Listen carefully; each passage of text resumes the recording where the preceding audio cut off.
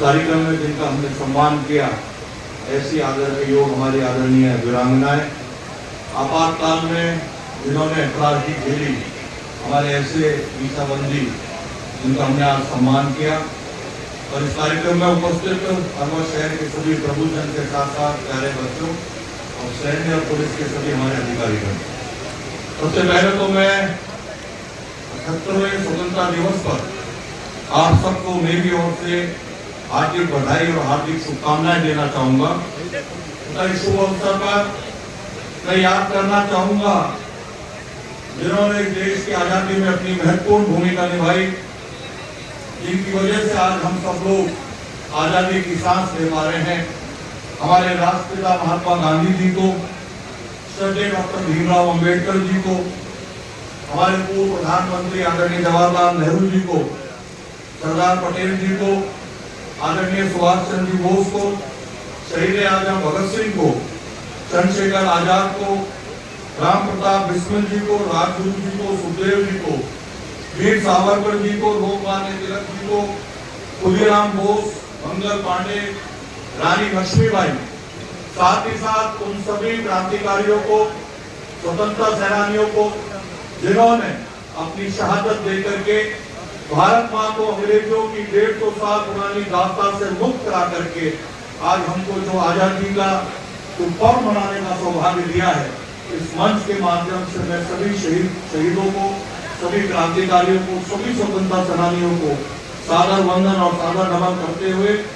एक बात कह के अपनी वाणी को विराम करूंगा कि हमारा ये भारतवर्ष अमृत काल के दौर से गुजर रहा है और जिस प्रकार से देश के यशस्वी प्रधानमंत्री आदरणीय नरेंद्र मोदी जी ने भारत की जनता के लिए देश के किस प्रकार से सर्वांगीण विकास और पिछले 10 वर्ष का जो कार्यकाल माननीय प्रधानमंत्री जी का था, जिसके कारण देश की जनता ने उन्हें 30वीं बार प्रधानमंत्री पद पर विराजमान करके और बहुत वर्षों बाद एक स्थायी सरकार बनाने का काम इस लोकतंत्र के अंदर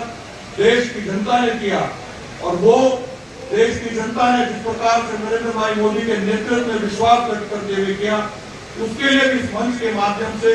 राजस्थान सहित संपूर्ण देश की जनता को मैं बहुत बहुत धन्यवाद ज्ञापित करना चाहूंगा। माननीय प्रधानमंत्री जी द्वारा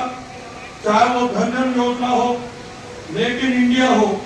लोकल फॉर वोकल की बात करी हो, स्वच्छ भारत मिशन की बात हो, बेटी बचाओ बेटी पढ़ाओ अभियान हो, प्रधानमंत्री सुरक्षा बीमा योजना हो,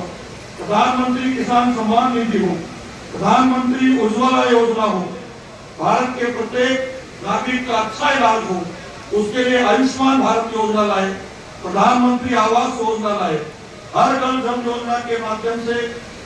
हर व्यक्ति को पानी मिले उसकी चिंता माननीय प्रधानमंत्री जी ने करी,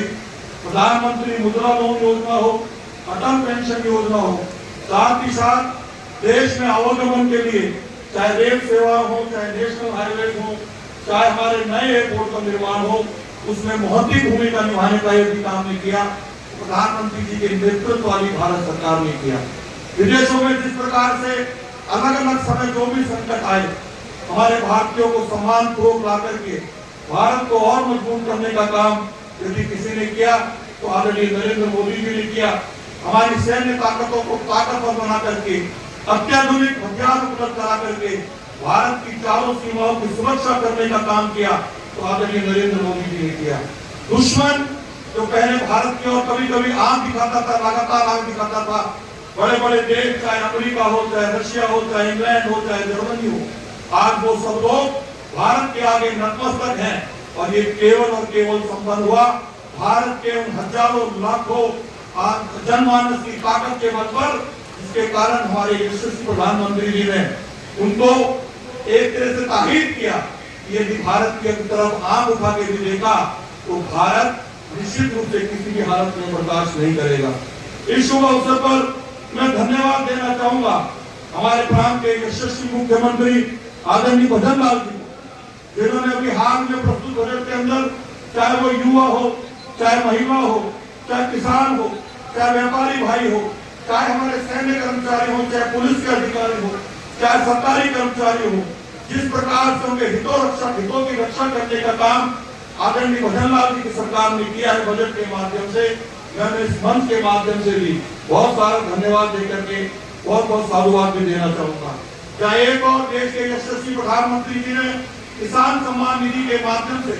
किसानों का सम्मान करने का काम किया, वहीं उस राशि में बढ़ोतरी करके राज्य के मुख्यमंत्री जी ने किसान जो है हमारा अन्नदाता है उसको सम्मान देने का काम किया। खास सुरक्षा में आने वाले परिवारों को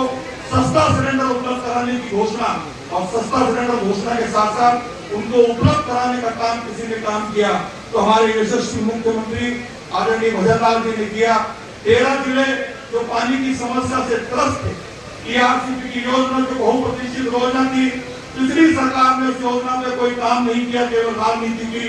उस ERCP के समझौते को मध्य प्रदेश से समझौता करके लागू करने का यदि किसी ने काम किया, भागीरथी जो प्रयास किए, उसके लिए भी माननीय मुख्यमंत्री आदरणीय भजनलाल जी को बहुत सारी बधाई और बहुत सारी शुभकामनाएं देना चाहूंगा। चाहे यमुना जल समझौता हो जिससे हमारे चूरू और क्षेत्र के आने वाले जिलों को पानी की समस्या से निजात मिलेगा, उसके लिए भी माननीय भजनलाल जी ने जो प्रयास किए उसके लिए भी इस मंच के माध्यम से मैं आपको बहुत सारा धन्यवाद ज्ञापित करना चाहूंगा।